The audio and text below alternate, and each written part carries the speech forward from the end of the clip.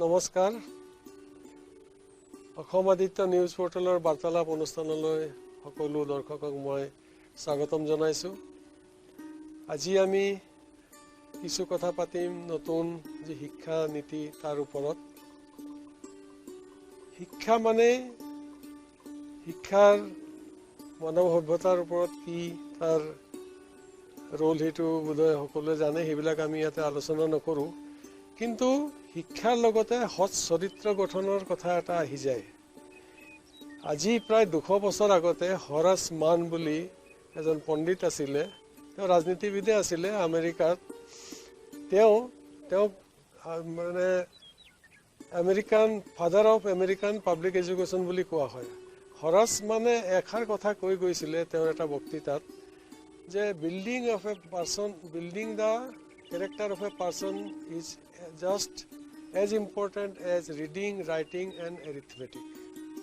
আজি আমি এটা শিক্ষানীতি বনাইছোঁ। এই শিক্ষানীতিক লৈ আমাৰ ভৱিষ্যত প্ৰজন্ম আমি গঢ় দিম।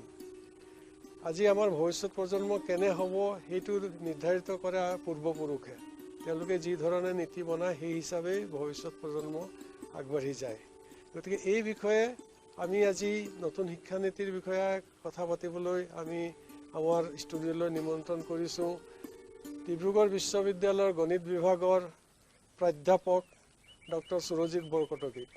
সুৰজিত, আপোনাক আমাৰ ষ্টুডিঅ'লৈ আমি স্বাগতম জনাইছোঁ।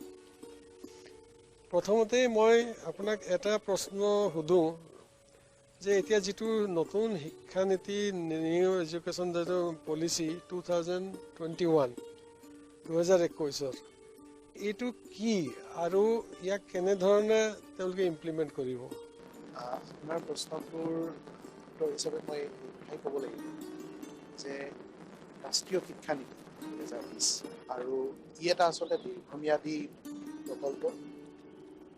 আৰু ইয়াৰ বিষয়ে ক'বলৈ যাওঁতে প্ৰথমতে কেইটামান কথা কৈ ল'ব লাগিব। যেনে ধৰক ৰাষ্ট্ৰীয় শিক্ষানীতি ইয়াৰ আগতে কেতিয়া হৈছিল বা হঠাতে এনেকুৱা ধৰণৰ এটা শিক্ষানীতিৰ প্ৰয়োজন ক'ত বা তেনেকুৱা ধৰণৰ শিক্ষানীতি এটা প্ৰৱৰ্তন কৰাৰ পাছত কি ধৰণেৰে সেইখিনি প্ৰৱৰ্তন হ'ব সেই কথাখিনিও গুৰুত্বপূৰ্ণ। গতিকে মই প্ৰথমতে ক'ব খুজিছোঁ যে 1986 চনত ইয়াৰ আগৰ যিটো ৰাষ্ট্ৰীয় শিক্ষানীতি এইটো ৰাজীৱ গান্ধীৰ নামতে হৈছিলে বোধহয়, এতিয়া প্ৰৱৰ্তন কৰা হৈছিল। তাৰপিছত 1992ত কিছু কথা সংযোগ কৰা হ'ল, আকৌ 2010ত কেইটামান কথা। কিন্তু দেখা গৈছে যে 21 শতিকাৰ যিটো সমাজ ব্যৱস্থা আৰু ধৰক 20 শতিকাৰ যিটো সমাজ ব্যৱস্থা এটা ডাঙৰ পাৰ্থক্য আহি গৈছে। 21 শতিকাৰ সমাজ ব্যৱস্থাত আপুনি যদি মন কৰে দেখিব কিছুমান নতুন ধৰণৰ মানে সামাজিক পৰিঘটনা আমি দেখা পাইছোঁ। যেনে ধৰক সামাজিক মাধ্যমৰ বহুল প্ৰচাৰ, বিগ ডাটা বুলি যিটো কোৱা হয়, তাৰপিছত আপোনাৰ মেচিন ইণ্টেলিজেঞ্চ, আৰ্টিফিচিয়েল ইণ্টেলিজেঞ্চ, এনেকুৱা ধৰণৰ কিছুমান পৰিঘটনাই আমাৰ সমাজখন আগুৰি ধৰিছে। এতিয়া এইবিলাকৰ লগত যদি আমি মোকাবিলা কৰিবলৈ হয় তেতিয়াহ'লে আমি 20 শতিকাৰ যিটো আমাৰ শিক্ষা ব্যৱস্থা আছিল সেই শিক্ষা ব্যৱস্থাটোৰে আমাৰ শিক্ষকসকলে গম পাইছিল যে সেই শিক্ষা ব্যৱস্থাটোৰে আমি এই ধৰণৰ নতুন যিবিলাক পৰিঘটনা আমি মোকাবিলা কৰিব নোৱাৰিম, প্ৰত্যাহ্বান আমি ল'ব নোৱাৰিম। আৰু তাৰ কাৰণে আমাক এটা নতুন ধৰণৰ শিক্ষানীতিৰ প্ৰয়োজন। এতিয়া ধৰক কথাটো এনেকুৱা যে আমি আনস্কিল্ড লেবাৰৰ কথা যদি চাওঁ, আনস্কিল্ড লেবাৰ আমাৰ আছিল আমাৰ এতিয়া যিটো বৰ্তমানৰ শিক্ষা ব্যৱস্থা তাতে আমি দেখিছোঁ যে আমি ছাত্ৰ ছাত্ৰীক কিছুমান মাৰ্কছ পোৱাৰ ব্যৱস্থা এটা কৰি দিওঁ, এখন চাৰ্টিফিকেট আমি দিয়াৰ ব্যৱস্থা কৰোঁ। তেওঁলোকে তাৰ পাছত যেতিয়া নিজৰ মানে কেৰিয়াৰত নিজৰ এটা এমপ্লয়মেণ্টৰ কথা যেতিয়া আহে, যেতিয়া আচল পৃথিৱীখনত তেওঁলোকে যেতিয়া খোজ দিয়ে সংঘাতময় পৃথিৱীখনত, তেতিয়া তেওঁলোকে কি কৰিব তেওঁলোক বিপদীত পৰে। তেওঁলোকৰ সন্মুখত হয়তো বৰ বেছি কিবা এটা ডাঙৰ চাকৰি বা এনেকুৱা ধৰণৰ যিবিলাক থাকিব লাগে তেনেকুৱা ধৰণৰ মানে সেইবোৰ এমপ্লয়মেণ্টৰ তেওঁলোকে নাপায়গৈ। সেই ক্ষেত্ৰত আমি যিবিলাক ধৰক শিক্ষানুষ্ঠান, সেই শিক্ষানুষ্ঠানবিলাকেও আমি তেওঁলোকক বিশেষ কিবা এটা নিৰ্দেশাৱলী দিব নোৱাৰোঁ যাৰ জৰিয়তে তেওঁলোকে তেওঁলোকৰ নিজকে প্ৰতিষ্ঠা কৰিব পাৰে গতিকে কিন্তু এতিয়া আপুনি চাওক আমাৰ এনেকুৱা কিছুমান কাম বহু কামেই কম্পিউটাৰে কৰিবলৈ লৈছে ইণ্টাৰনেটৰ জৰিয়তে হৈছে মেচিন ইণ্টেলিজেন্সে কৰিছে আৰ্টিফিচিয়েল ইণ্টেলিজেন্সে বহুত কামেই আমি কৰি দিছে এতিয়া সেই মানুহখিনি ক'লৈ যাব সেই মানুহখিনিৰ কাৰণেতো নতুন কিছুমান ৰাস্তা তৈয়াৰ কৰিব লাগিব কেৰিয়াৰ কিছুমান গঢ়িব লাগিব সেই কেৰিয়াৰবিলাক গঢ়াৰ প্ৰয়োজনীয়তা যেতিয়া আহি পৰিছে তেতিয়া আমাক এটা শিক্ষানীতিৰ প্ৰয়োজন হৈছে গতিকে এনেকুৱা ধৰণৰ কথা কিছুমান তাৰপিছত শিক্ষানীতিত আচলতে যদি কোৱা হয় যে কিনো কি তাত নতুন সংযোজন কি হৈছে যদি আমি সেইটো চাবলৈ যাওঁ তেতিয়া দেখিম যে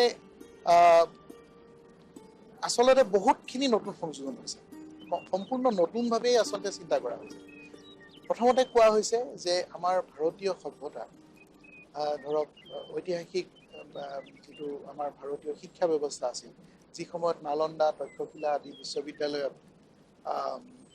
পৃথিৱীৰ বিভিন্ন ছাত্ৰ ছাত্ৰী আহি পেলাই পঢ়িছিলে অধ্যয়ন কৰিছিলে আমাৰ হঠাতে সেই আঠডাল হেৰাই গ'ল হয়তো মধ্যযুগীয় যিটো ব্যৱস্থা সমাজ ব্যৱস্থা সেইখিনি সময়তে আমাৰ ভাৰতৰ যিটো সভ্যতা সংস্কৃতি আছিলে শিক্ষা ব্যৱস্থা আছিল সি যিটো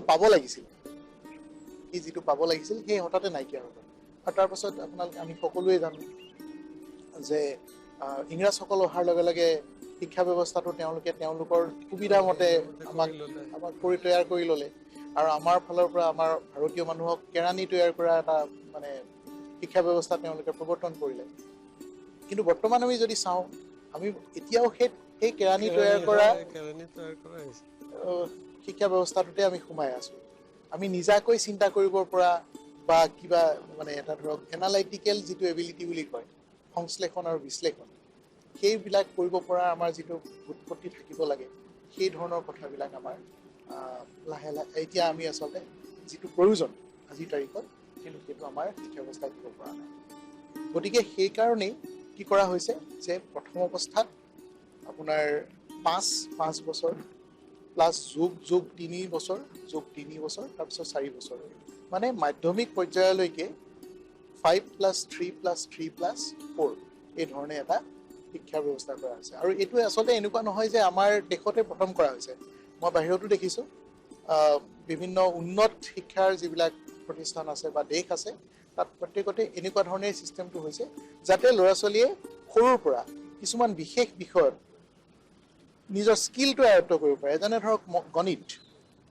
লেংগুৱেজ ভাষা আৰু নিউমাৰেচি মানে গণিত এনেকুৱা ধৰণৰ বস্তুবিলাকত যাতে সৰুৰ পৰা তেওঁলোকে এটা উৎপত্তি আয়ত্ব কৰিব পাৰে তাৰ কাৰণে এনেকুৱা ধৰণে এই ফ্ৰেকশ্যনটো কৰা হৈছে ভাগ কৰি লোৱা হৈছে আৰু তাৰ পাছত এই 12ৰ পাছত তেওঁলোকে যাতে হায়াৰ এডুকেশ্যনলৈ যাব পাৰে গতিকে গোটেই ষ্ট্ৰাকচাৰটো তেনেকুৱা হায়াৰ এডুকেশ্যনত আকৌ আণ্ডাৰ গ্ৰেজুৱেট লেভেলত এতিয়া প্ৰপ'জ কৰা হৈছে প্ৰস্তাৱ দিয়া হৈছে যে 4 বছৰীয়া আণ্ডাৰ গ্ৰেজুৱেট কৰ্চৰ কথা কোৱা হৈছে তাৰ পাছত হয়তো আৰু উচ্চ শিক্ষাৰ কাৰণে কোনোবাই ৰিচাৰ্চ কৰিব গৱেষণা কৰিব কোনোবাই অন্যান্য বিষয়লৈ যাব পাৰিব এনেধৰণে তাৰমানে ঠিকেই এইটো যেতিয়া আপুনি ক'লে যিটো শিক্ষানীতি এইটো কৰিছে ইয়াক যেতিয়া সম্পাদনা কৰাৰ সময়ত কি প্ৰত্যাহ্বানৰ সন্মুখীন হ'ব পাৰে আৰু এইটো আঞ্চলিক ভিত্তিত আৰু সামূহিক ভিত্তিত কেনেকুৱা প্ৰত্যাহ্বান আহিব এতিয়াতো এটা ধৰণে চলি আছে আৰু ইয়াকতো সোনকালে কৰিব লাগিব 1 বছৰ 2 বছৰ 3 বছৰৰ ভিতৰত কেনেকুৱা প্ৰত্যাহ্বান আপুনি ভাবিছে হয় এইটো আচলতে এটা খুব সুন্দৰ প্ৰশ্ন আৰু আমি সকলোৱে অকণমান হ'লেও এই কথাটোত মানে এটা সন্দেহজনক স্থিতিতে আছোঁ কাৰণ আমি দেখিছোঁ আমি যিহেতুকে আমি উন্নত দেশবিলাকৰ লগত আমাৰ নিজকে কম্পেয়াৰ কৰিবলৈ চাইছোঁ আমি বিচাৰিছোঁ যে আমিও পৃথিৱীৰ আন ভাল দেশবিলাকৰ শিক্ষা ব্যৱস্থাৰ লগত আমাৰ শিক্ষা ব্যৱস্থা একে পৰ্যায়লৈ যাওক তেওঁলোকৰ ছাত্ৰ ছাত্ৰী আমাৰ দেশলৈ আহক আমাৰ ইয়াত পঢ়ক আমাৰ ছাত্ৰ ছাত্ৰী তেওঁলোকলৈ দেশলৈ যাওক কিন্তু তাতে এই কথাটোৱে আচলতে এটা গুৰুত্বপূৰ্ণ কথা কাৰণ আপুনি চাওক আমাৰ যদি স্কুলবিলাকলৈ চাই বেলেগলৈ যাবই নালাগে আমাৰ অসমৰে বিভিন্ন স্কুল এল.পি. স্কুল হওক হাইস্কুল হওক যিবিলাক চৰকাৰী অনুদানপ্ৰাপ্ত যিবিলাক স্কুল আছে বিদ্যালয় আছে যাৰ যিটো ব্যৱস্থা ইনফ্ৰাষ্ট্ৰাকচাৰ আন্তঃগাঁথনি সেইবিলাক দেখিলেতো নালাগে যে ইমান এটা এম্বিচিয়াছ নতুন শিক্ষানীতিয়ে যিখিনি আমাক বিচাৰিছে তেনেকুৱা ধৰণৰ কিবা এটা আমাক দিব পাৰিব। গতিকে প্ৰথম কথা হ'ল যে আন্তঃগাঁথনিটো ভাল কৰিবই লাগিব, উন্নত কৰিবই লাগিব। আৰু সেইকাৰণে আচলতে ৰাষ্ট্ৰীয় শিক্ষানীতিত এটা কথা কোৱা হৈছে যে 2030 ভিতৰত ভাৰতবৰ্ষৰ প্ৰত্যেকখন স্কুলৰে আন্তঃগাঁথনি উন্নত কৰিব লাগিব। মানে যিমানখিনি নতুন শিক্ষানীতিয়ে বিচাৰে সেই ধৰণে আন্তঃগাঁথনিটো কৰিব লাগিব। আৰু দ্বিতীয় এটা খুব ডাঙৰ কথা হৈছে যে আমাৰ মানসিকতাটো আপুনি যদি মন কৰে দেখিব যে আমাৰ প্ৰত্যেকটো মুহূৰ্ততে আমি আচলতে অকণমান আনৰ মুখলৈ চাওঁ। চৰকাৰে আমাক কিবা এটা সেইটোৰ মানসিকতা আছে। হয়, চৰকাৰে আমাক কিবা এটা কৰি দিব, আমি কি কৰিব পাৰিম সেই কথাটোত ক'ৰবাত যেন মানে আমি সেই কথাটো বৰ এটা চিন্তা নকৰোঁ। সেইটো এটা কথা হৈছে। আৰু এতিয়া মই ওপৰলৈ উঠিপালে নিজৰ গাতেই পৰে বুলি যিটো কয়, এতিয়া ময়ো এজন শিক্ষক। এতিয়া মই সেই শিক্ষক হিচাপে 21 শতিকাৰ যিটো শিক্ষা মই নিজৰ গাতো টুকুৰিয়াই চাব লাগিব যে 21 শতিকাৰ যিটো শিক্ষা সেই শিক্ষা দিব পৰাকৈ মই প্ৰস্তুত হৈ নাই। আৰু এইটো মই বুলি নহয়, যিমানবিলাক আমাৰ শিক্ষক সমাজৰ যিমান আছে প্ৰত্যেকৰে মূৰত সেই প্ৰশ্নটো খেলাব লাগিব যে মই প্ৰস্তুত হয় নে নহয়। আৰু যদি মই প্ৰস্তুত হয় তেতিয়াহ'লে ঠিক আছে, যদি নহয় তেতিয়াহ'লে মই কি কৰিব লাগিব। আমি প্ৰত্যেকেই মানসিকভাৱে আমাৰ নিজকে প্ৰস্তুত কৰিব লাগিব, সলনি কৰিব লাগিব নিজক। হয়। তাৰ পাছত আৰু এটা চেলেঞ্জ বুলি যদি কয় প্ৰত্যাহ্বান, সেইটো হ'ল বৈচিত্ৰ্যৰ মাজত ঐক্য। ভাৰতবৰ্ষখন একতাৰ দোলেৰে যদি মানে হেৰি হৈ আছে, সম্পৃক্ত হৈ আছে, তেতিয়াহ'লে কিন্তু সেই একতাৰ দোলডাল কিন্তু বৈচিত্ৰ্যৰ মাজত।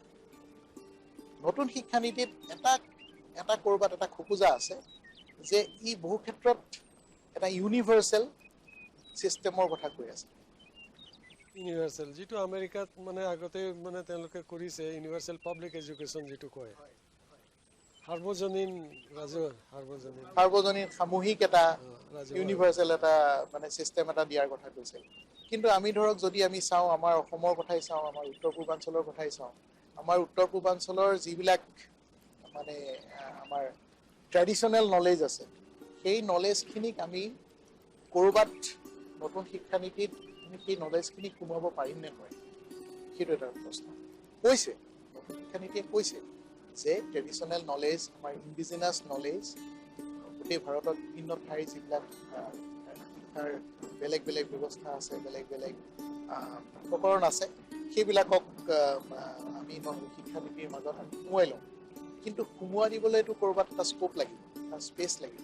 সেই স্পেচখিনি আমি উলিয়াই ল'ব লাগিব, সেইটো এটা প্ৰত্যাহ্বান। তাৰ পাছত আপোনাৰ শিক্ষা আৰু গৱেষণাৰ ক্ষেত্ৰত নতুন শিক্ষানীতিয়ে গুৰুত্ব দিছে। ধৰক শিক্ষাৰ মানদণ্ড বঢ়াবৰ কাৰণে চেষ্টা কৰা হৈছে, গৱেষণাৰ মানদণ্ড বঢ়োৱাৰ কথা কোৱা হৈছে, সময়ে সময়ে মূল্যায়ন কৰাৰ কথা কোৱা হৈছে। কিন্তু আপুনি চাওক, এই গোটেই কথাটোৰ লগতে এটা সময়, এটা টাইম ফ্ৰেমৰ কথা জড়িত হৈ আছে। আজি নতুন শিক্ষানীতি আৰম্ভ হ'ল, কাইলৈ আপোনাৰ গৱেষণা খুব বিশ্বমানৰ গৱেষণা আপুনি কৰিব পাৰিলে নাই, বহুত সময় লাগিব। তাৰ কাৰণে চৰকাৰৰো দায়িত্ব আছে, শিক্ষানুষ্ঠানবিলাকৰো দায়িত্ব আছে, যিসকল গৱেষক আছে বা শিক্ষক আছে তেওঁলোকৰো দায়িত্ব আছে। প্ৰত্যেকেই নিজৰ নিজৰ দায়িত্ব সমানে পালন কৰে। গতিকে এনেকুৱা ধৰণৰ কিছুমান কথা আছে। আৰু ধৰক আৰু এটা কোৱা হৈছে যে আন্তৰ্জাতিকৰণৰ কথা কোৱা হৈছে, ইণ্টাৰনেশ্যনেলাইজেশ্যন অফ এডুকেশ্যন। আৰু সেইটো কথাৰো আকৌ মানে উল্লেখটো কৰা হৈছে আপোনাৰ সেই নালন্দা তক্ষশিলাৰ কথাৰ পৰা আৰম্ভ কৰিছে যে যিহেতুকে অতীজতে পৃথিৱীৰ বিভিন্ন ঠাইৰ পৰা ছাত্ৰ ছাত্ৰী আমাৰ বিশ্ববিদ্যালয়বিলাকলৈ আহিছিল, গতিকে সেই একেটা প্ৰক্ৰিয়া এতিয়াও যাতে আৰম্ভ হয়।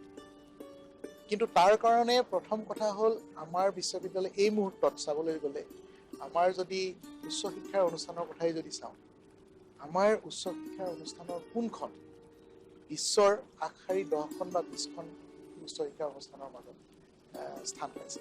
তেনেকুৱাতো উচ্চ শিক্ষা অনুষ্ঠান নাই।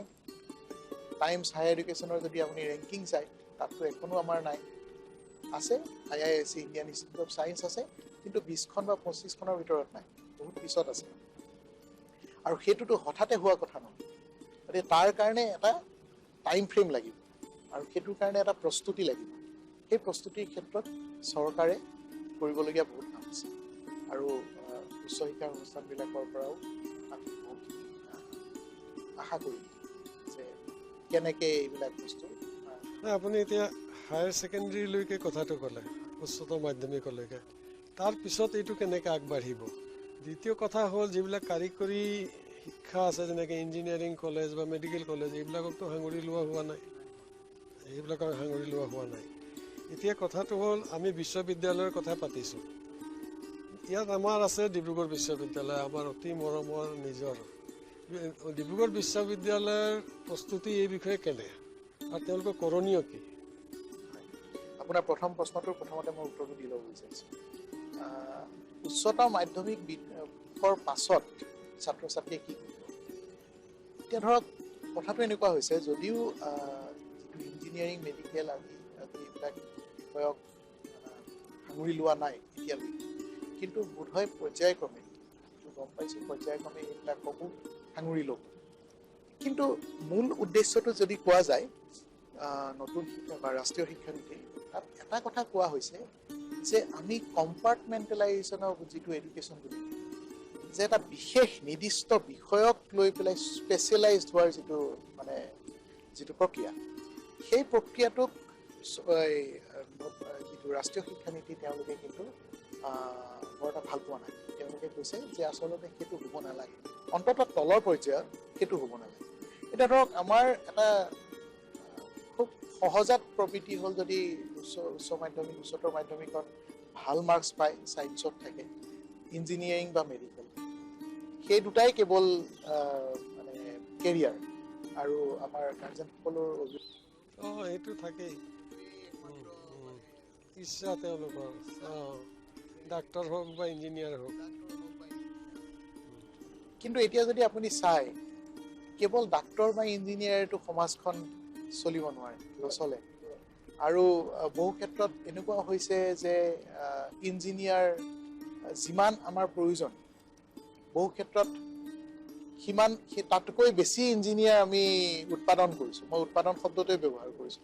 ঠিক তেনেকৈ ডাক্তৰৰো প্ৰয়োজন আছে, সমাজতো ডাক্তৰৰ প্ৰয়োজন থাকিবই, কিন্তু তাতো ক'ৰবাত স্কিল্ড যিটো আমি ধৰক যিটো কওঁ যে ছুপাৰ স্পেচিয়েলাইজ বা স্পেচিয়েলাইজ ডাক্তৰৰ কাৰণে আমাক যিখিনি মানে আমাৰ যিখিনি প্ৰয়োজন, তেনেকুৱা ধৰণৰ এটা ক'ৰবাত হৈ উঠাগৈ নাই।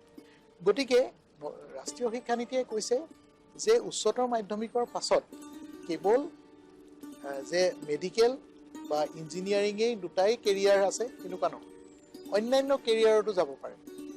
অন্যান্য কেৰিয়াৰটো যাওক, ল'ত যাওক, কোনোবাই লিবাৰেল আৰ্টছ পঢ়ক। এতিয়া লিবাৰেল আৰ্টছ বুলি কওঁতে এটা গুৰুত্বপূৰ্ণ কথা মই আপোনাক ক'ব বিচাৰিছোঁ যে লিবাৰেল আৰ্টছটো আমেৰিকাত ইতিমধ্যে প্ৰৱৰ্তন কৰিছে আৰু আমাৰো 64 কলাৰ কথা কোৱা হৈছে। নতুন ৰাষ্ট্ৰীয় শিক্ষানীতিত সেইটো কথাও কৈছে যে 64 কলাৰ আটাইকেইটা কলা নহ'লেও অন্ততঃ 15টা বা 20টা কলা যদি ছাত্ৰজনে শিকিব পাৰে, তেতিয়াহ'লে তেওঁ সমাজত এজন ভাল এজন ব্যক্তি, যিজনক আইডিয়েল বুলি কওঁ, তেনেকুৱা এজন ব্যক্তি হ'ব পৰাকৈ জোখাৰে তেওঁ বুৎপত্তি আহৰণ কৰিব পাৰে। গতিকে সেই 64 কলাৰ বা 20টাই কলা বা 15টাই কলাই যে আয়ত্ব কৰা, সেইটোক আচলতে লিবাৰেল আৰ্টছৰ ধাৰণাৰে বুজোৱাব চেষ্টা কৰা হৈছে। তাতে আপুনি ধৰক আপুনি ছায়েন্সেই পঢ়িছে, কিন্তু তাৰ লগতে আপুনি ছ'চিয়েল ছায়েন্সৰ দুটামান বিষয়ো পঢ়িছে, পলিটিকেল ছায়েন্স পঢ়িছে, ছ'চিয়লজি পঢ়িছে, ইকনমিক্স পঢ়িছে। কিয় প্ৰয়োজন? এইবিলাক কথা কিয় প্ৰয়োজন? কিয় জানিব লাগে? বা হয়তো কোনোবাই কমিউনিকেশ্যনৰ ওপৰত এটা কোৰ্চ কৰিছে, লগতে কোনোবাই হয়তো মেডিকেল পঢ়িব, পিছত মেডিকেল পঢ়িব, কিন্তু মেডিকেলৰ লগতে এটা কমিউনিকেশ্যনৰ কোৰ্চ এটা তেওঁ যাতে পঢ়িব পাৰে। কিয় লাগে? কাৰণ চাওক, এখন হস্পিটেলত যদি মই কওঁ, এজন ডাক্তৰক যেতিয়া আপুনি ধৰক এজন ডাক্তৰক যেতিয়া আপুনি মানে দিব, এপইণ্টমেণ্ট দিব বা এপইণ্ট কৰিব, প্ৰথমতে আপুনি তেখেতৰ কোৱালিটিখিনি স্কিলখিনিতো চাবই, কিন্তু তাৰ লগতে আৰু এটা কথা মন কৰিব যে তেওঁৰ ৰোগীৰ লগত তেওঁৰ ব্যৱহাৰটো কেনেকুৱা। ক'ৰবাত এটা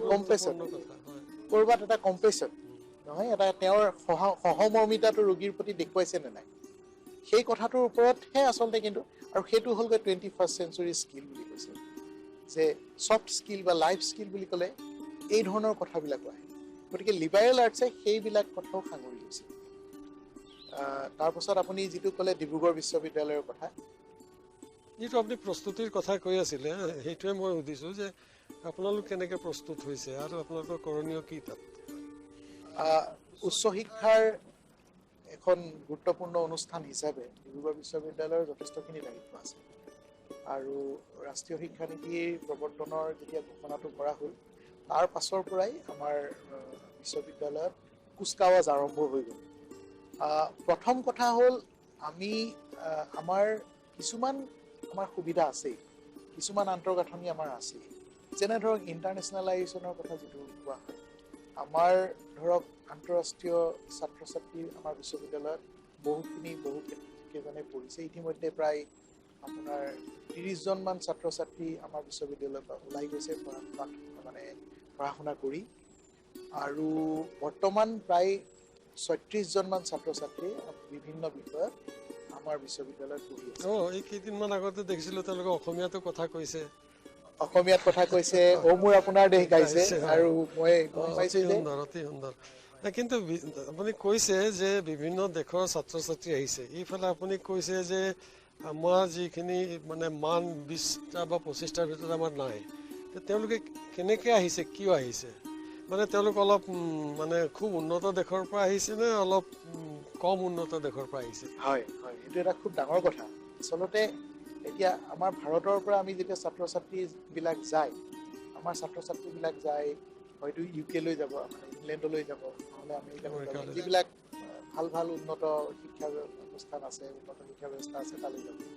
এতিয়া ঠিক তেনেধৰণে যেতিয়া বেলেগ এখন দেশৰ পৰা ভাৰতবৰ্ষলৈ আহিব, তেতিয়া নিশ্চয়কৈ তেওঁলোকে চাব যে তেওঁলোকৰ শিক্ষাৰ মানদণ্ড ভাৰতবৰ্ষৰ শিক্ষা মানদণ্ডতকৈ ওপৰত নে তলত। আৰু সাধাৰণতে এইটো কথা দেখা যায় যে তেওঁলোকৰ শিক্ষাৰ মানদণ্ড যদি ভাৰতবৰ্ষৰ দৰে একে বা তলত হয়, তেতিয়াহ'লে ভাৰতবৰ্ষলৈ তেওঁলোক অহাৰ পচিবিলিটিটো বেছি। সেইটো হয়। আৰু সেই ক্ষেত্ৰত আমি দেখিছোঁ আমাৰ বিশ্ববিদ্যালয়লৈ ধৰক আফ্ৰিকাৰ যিবিলাক দেশ, সেই দেশবিলাকৰ পৰা ছাত্ৰ ছাত্ৰী আহিছে, বা আৰবৰ আমি লগ পাইছোঁ, চিৰিয়া, ইজিপ্ত, টাৰ্কি, এনেকুৱা ধৰণৰ কিছুমান দেশৰ পৰা ছাত্ৰ ছাত্ৰী আহিছে। আৰু কিছুমান ক্ষেত্ৰত এনেকুৱা হয় এজ এ হোল, হয়তো বিশ্ববিদ্যালয়খনৰ মানদণ্ডটো নিৰ্ণয় কৰাৰ বিভিন্ন ধৰণৰ পেৰামিটাৰ থাকে, গোটেইখিনি লগাইহে আচলতে বিশ্ববিদ্যালয়খনৰ ৰেংকিংটো।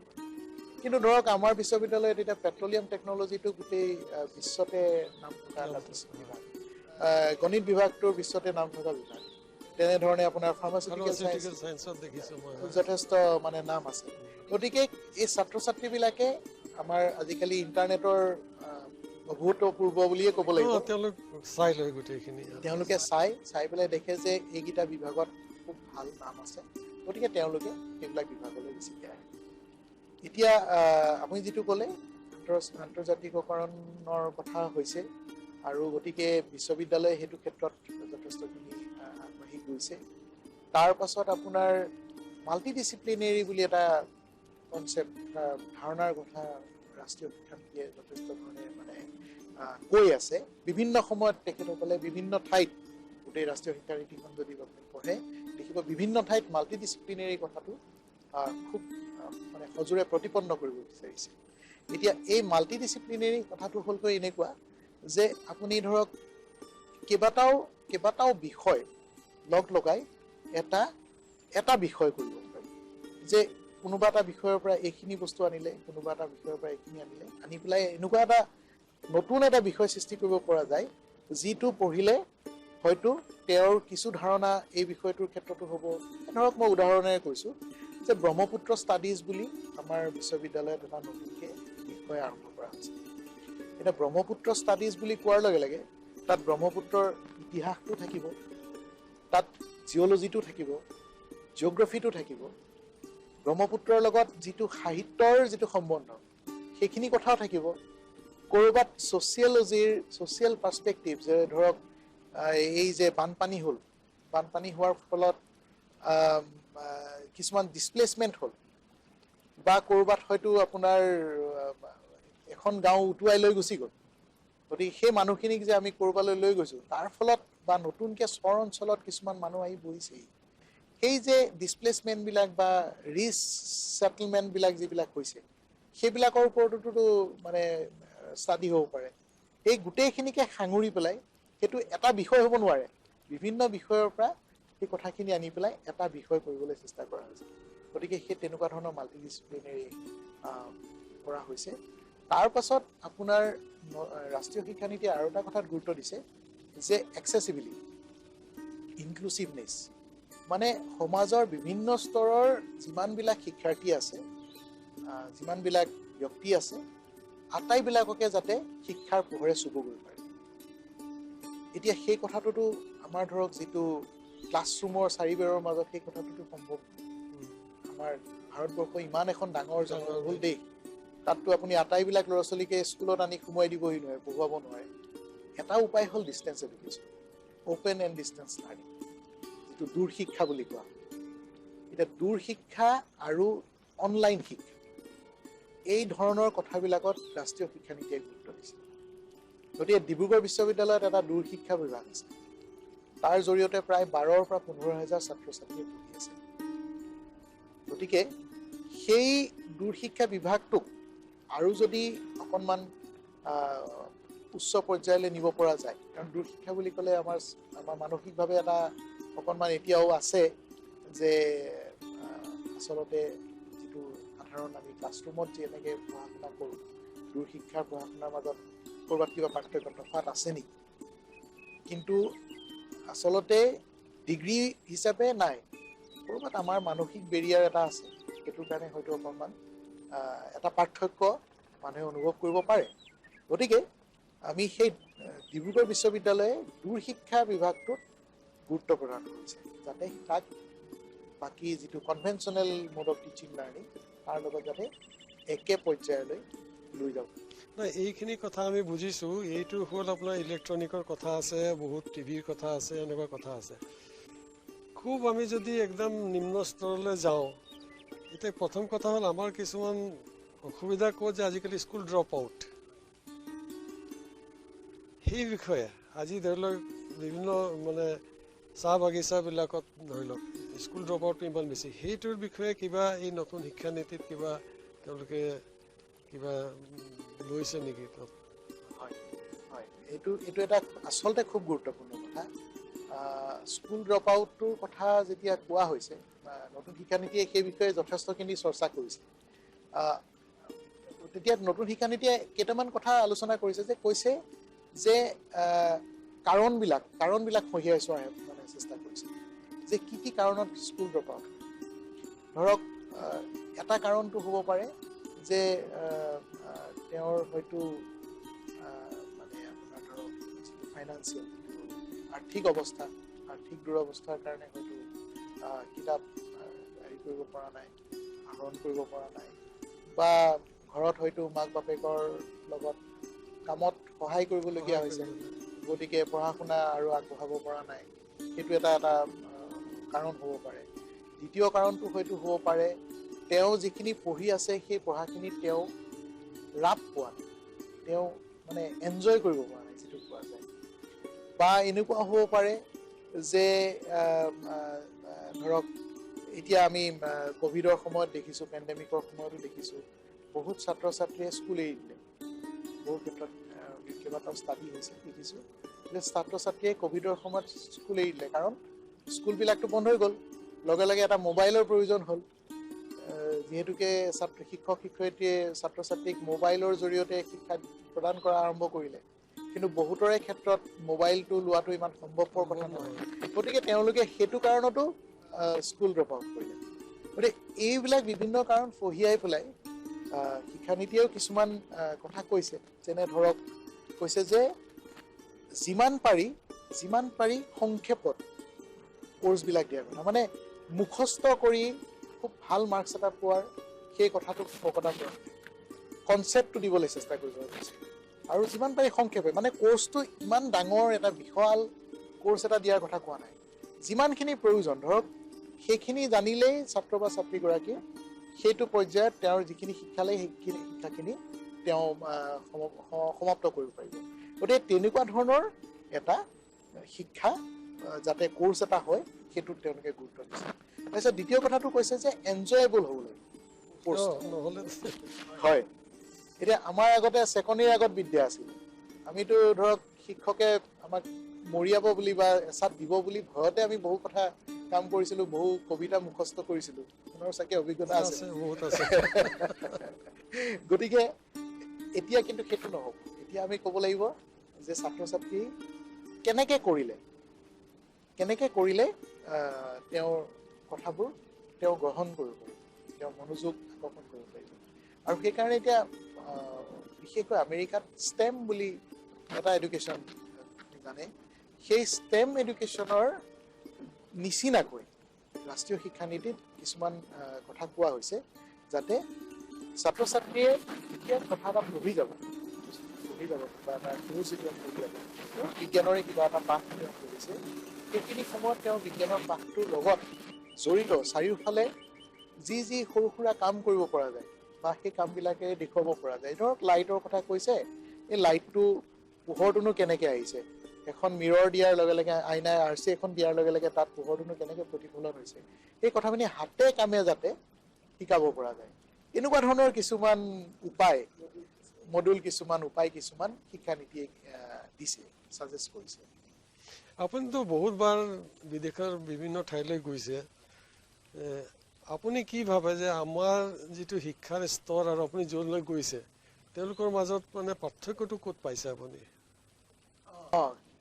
আচলতে পাৰ্থক্য বুলি ক'বলৈ গ'লে অকণমান কথাটো ক'বলৈ দিগদাৰ হয় এটা কথা মই মন কৰিছোঁ যে মোৰ কথাটো বাদেই আমাৰ ইয়াৰ পৰা যিসকল লোক বাহিৰলৈ ওলাই গৈছে তেওঁলোকে কিন্তু প্ৰত্যেকেই নিজৰ ক্ষেত্ৰত সফল খুব ভালকৈ কৰিছে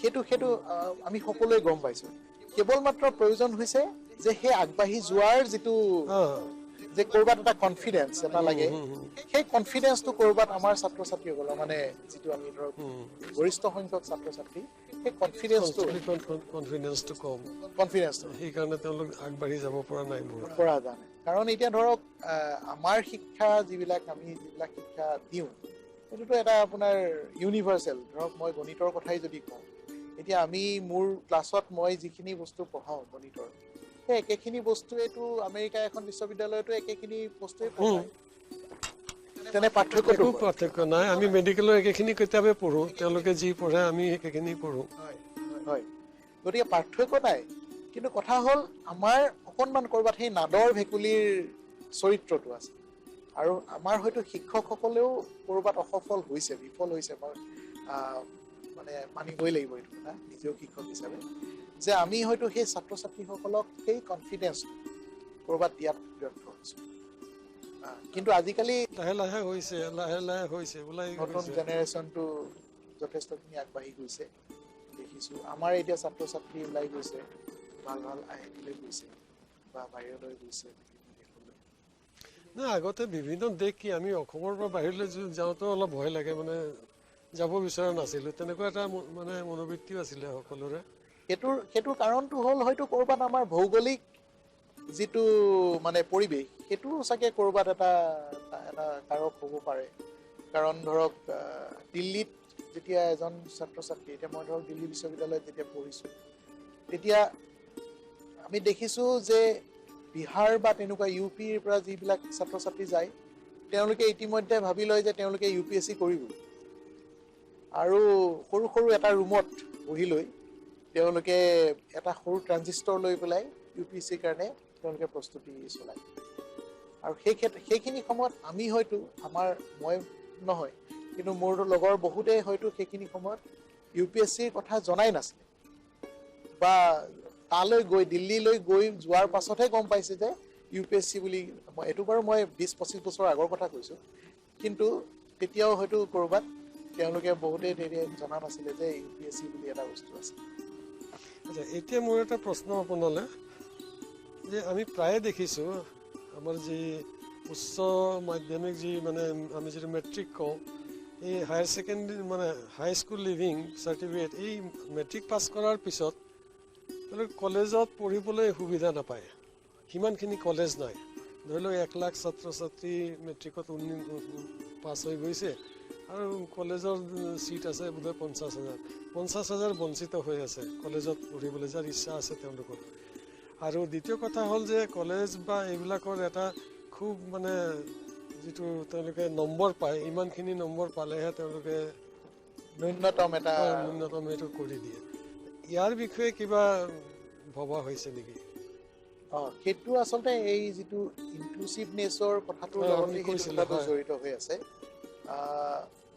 সেইটোৰ কাৰণে আচলতে এই অ'পেন স্কুলবিলাকৰ ধাৰণাটো আহিছে। ধৰক আমাৰ কৃষ্ণকান্ত সন্দিকৈ অ'পেন স্কুল বা মুক্ত বিশ্ববিদ্যালয় আছে, তাত কিছুমান কোৰ্চ তেওঁলোকে কৰিছে যিবিলাক ধৰক মেট্ৰিকৰ পাছতেই সেইবিলাক কোৰ্চত ল'ব পাৰি। কোৰ্চত লৈ পেলাই তেওঁলোকে, আৰু তাৰ লগতে তেওঁলোকে নিজৰ ধৰক যদি অন্যান্য কিছুমান প্ৰতিভা আছে, সেই প্ৰতিভাবিলাক বিকাশ কৰিবলৈ সুবিধা পাব। আপুনি মনত পেলাই দিছে, ভাল হৈছে এটা কথা।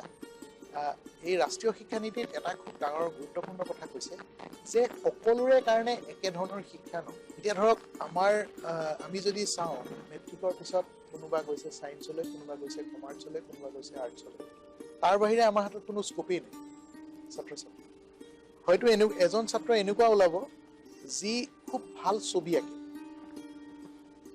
খুব ভাল গান গায়, খুব ভাল খেলে, তেওঁলোকৰ আৰ্টছতো তেওঁলোকে পঢ়ি বিশেষ একো কৰিব নোৱাৰিব, ছায়েন্সৰ কথাটো বাদেই কমাৰ্চতো পঢ়ি বিশেষ একো কৰিব নোৱাৰিব। গতিকে তেওঁলোকৰ কাৰণে কি, তেওঁলোককো আমি কি কৰিছোঁ, সেই আৰ্টছ ছায়েন্স কমাৰ্চ এই তিনিটাৰ ভিতৰতে সোমোৱাবলৈ চেষ্টা কৰিছোঁ বৰ্তমান শিক্ষা ব্যৱস্থা। কিন্তু ৰাষ্ট্ৰীয় শিক্ষানীতিয়ে কৈছে যে নহয়, এটা নিৰ্দিষ্ট পৰ্যায়লৈকে যিমানখিনি জ্ঞান আহৰণ কৰিব লাগে, আমাৰ এজন সামাজিক প্ৰাণী হিচাপে আমাক জীয়াই থাকিবৰ কাৰণে যিখিনি জ্ঞান লাগে, সেই জ্ঞানখিনি এটা নিৰ্দিষ্ট পৰ্যায়লৈকে যদি তেওঁলোকক দিয়া হয়, তাৰ পাছত তেওঁলোকে নিজৰ যি প্ৰতিভা আছে, সেই প্ৰতিভা মতে তেওঁলোকে নিজৰ কেৰিয়াৰটো আগবঢ়াই লৈ যাব পাৰিব। এইটো এটা খুব ভাল কথা। কাৰণ এতিয়া ধৰক দেখিছোঁ কিছুমান ছাত্ৰ ছাত্ৰী আছে খুব ভাল গান গায় বা খুব ভাল ছবি আঁকে, কিন্তু বাকী ধৰক পলিটিকেল ছায়েন্স, ইংলিছ, অসমীয়া বা ছচিয়লজি এইবিলাকত তেওঁৰ একেবাৰে মন নাই, ৰাপ নাই। ক'ৰবাত তেওঁলোকক অকণমান সেই ছবি অঁকাৰ জৰিয়তে যদি ক'ৰবাত তেওঁলোকক অকণমান সেই ছাবজেক্টবিলাক, সেই বিষয়বিলাকৰ অকণমান শিক্ষা দি, কিন্তু ছবি অঁকাটোক বেছি গুৰুত্ব প্ৰদান কৰি এটা যদি কোৰ্চ তৈয়াৰ কৰা হয়, তেতিয়াহ'লে তেওঁলোকৰ পৰা আমাৰ সমাজৰ বহুত লাভ হ'ব, তেওঁলোকৰ প্ৰতিভাখিনি বিকাশ হ'বলৈ সুবিধা হ'ব। ৰাষ্ট্ৰীয় শিক্ষানীতিয়ে সেই কথাটোত গুৰুত্ব দিছে।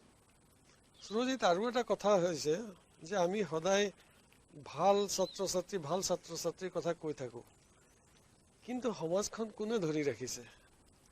যিসকল ফেইল কৰিছে, যিসকল উত্তীৰ্ণ হোৱা নাই, কোনোবা ভাল খেতিয়ক, কোনোবা এজন মিস্ত্ৰী, কোনোবা এজন গাড়ী চালক, এনেকুৱা ছাত্ৰ ছাত্ৰীটো সমাজখন ধৰি ৰাখিছে, কেৱল ভাল বুলিয়েই নহয়। গতিকে আমি ভাবোঁ যে তেওঁলোকক সমানেই মানে গুৰুত্ব দিয়াটো বোধহয় প্ৰয়োজন।